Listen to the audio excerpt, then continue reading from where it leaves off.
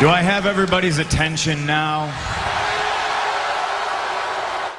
Yo les amis, bienvenue sur Catch Attrape, la chaîne où on parle catch. Aujourd'hui review de SmackDown Live, SmackDown du 30 janvier 2020. Et avant de commencer la vidéo, je vais vous demander de liker, de commenter, de vous abonner, de partager. Extrêmement important pour cette chaîne. Et on va au devant des 200 abonnés avant la fin janvier les amis, j'en démorerai pas, merci. On ouvre le show directement sur Daniel Bryan, ce qui n'est pas habituel parce que d'habitude c'est Roman Reigns et Paul Heyman qui ouvre le show, mais là c'est Daniel Bryan qui est seul sur le ring et qui nous ouvre ce show.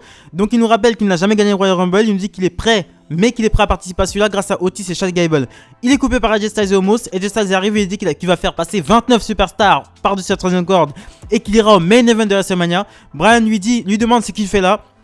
Omos répond, il dit qu'ils sont là dans le cadre du Brand Invitationals et il dit qu'ils sont AJ Styles dit que depuis qu'il a annoncé sa participation au Rumble, tout le monde suit ses traces. Et il demande à Bryan est-ce qu'il est devenu General Manager parce que Daniel Bryan porte une chemise et est habillé comme un General Manager, il n'est pas habillé comme un catcheur. Donc il remet en question le fait que Daniel Bryan soit un catcheur. Bryan lui dit qu'il adore toujours être sur le ring et il va lui prouver. Il lance un défi, à AJ Styles ce soir. AJ Styles accepte le défi. AJ Styles pousse Daniel Bryan, mais Daniel Bryan quand il veut se relever se retrouve face à la jambe de Omos.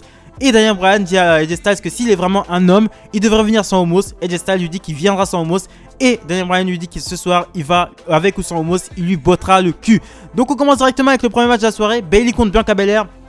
Match qui va sans doute conclure cette rivalité et qui va peut-être permettre à Bianca Belair d'aller vers de nouveaux horizons. A.K.A. gagner Rumble. Donc bon... bon échange entre les deux qui se finit par la victoire de Daniel Bryan de Bianca Belair avec son KOD. Donc après le match, ensuite elle est interviewée par Kayla Braxton et elle dit que c'est la plus grosse victoire de sa carrière puisque Bayley est la plus grosse championne, qui est la championne là, au règne le plus long de SmackDown. Donc après on arrive avec des grosses séquences backstage, hein. Il y a une grosse coupure backstage. Donc là il y a encore un match, mais ensuite après il y a une grosse coupure backstage. King Corbin contre Dominic Mysterio. Mysterio au commentaire, donc en sachant que Corbin a battu Dominic la semaine dernière et cette semaine ça ne change pas. Dominic perd face à Corbin et place son End of Days.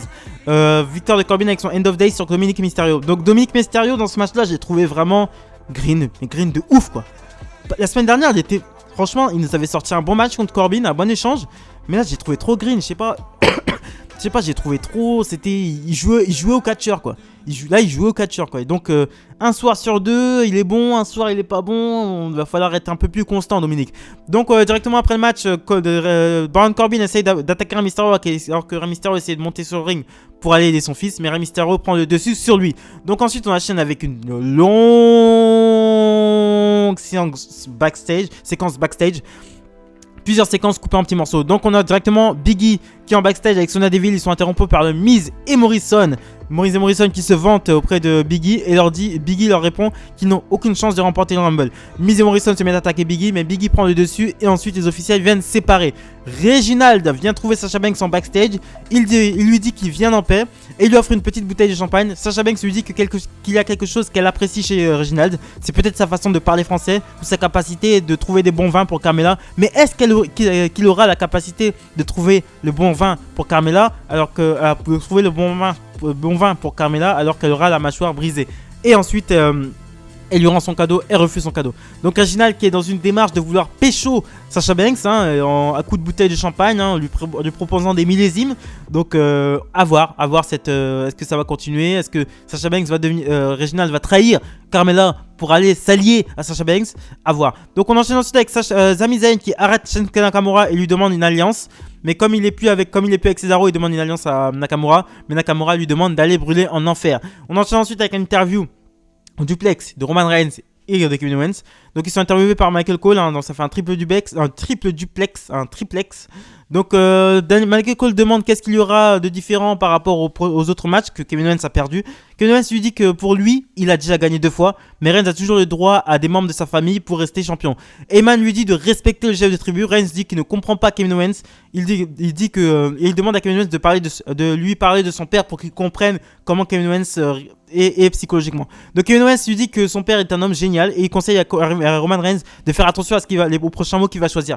Donc Roman Reigns lui dit qu'il ne comprend pas Kevin Owens, mais il ne comprend pas que Kevin Owens ne voit pas ses propres limites. Il dit qu'il n'est pas fait pour ce jeu, qu'il n'est qu'un pion, que tout tourne autour de lui, mais il ne le blâme pas, il blâme sa famille. Et Kevin Owens pense qu'il va avoir une chance. Kevin Owens pense avoir une chance. Kevin Owens pense avoir une chance, excusez-moi. Ça fait de lui un imbécile comme son père et son grand-père. Kevin Owens répond que ce dimanche, ils seront face à face dans le ring. Et ensuite, il dit qu'il se regarde dans un miroir et qu'il se verra avec le titre universel. Donc, on enchaîne ensuite avec le match qui était censé être le main event de la soirée, mais ce ne sera pas ça. AJ Styles contre Daniel Bryan. Donc, Cesaro est au commentaire. AJ Styles et Daniel Bryan sont en train de se battre. AJ Styles qui est venu sans Omos, comme prévu. C'était un très bon échange. À un moment donné, tu as AJ Styles qui fait une sorte de un phénomène forum. Mais AJ Styles, Daniel Bryan le contre en tournant autour de son bras et en mettant Styles au sol et en faisant son label lock. C'était très très beau. C'est de toute façon les deux in-ring. C'est les deux meilleurs catcheurs de la compagnie. Qu'est-ce que tu veux faire d'autre? Donc voilà. Pendant le match, tu as Sami Zayn qui arrive pour manifester. T'as Biggie qui arrive et qui attaque Sami Zayn. T'as Cesaro qui attaque Biggie.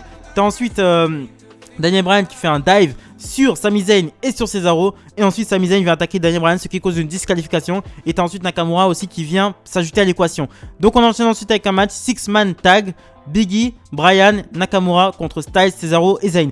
Pendant le match, t'as Miz et Morrison qui arrivent pour se venger de l'agression qu'ils ont subie de Biggie un peu plus tôt dans la soirée.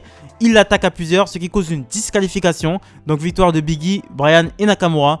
Et ensuite ils continuent jusqu'à ce que Otis vienne faire le save. Et ce qui nous amène au prochain match. 10-man Tag Team Challenge. Otis, Bryan, Nakamura, Sheamus et Biggie contre The Miz, Morrison, AJ Styles, Cesaro, Zayn.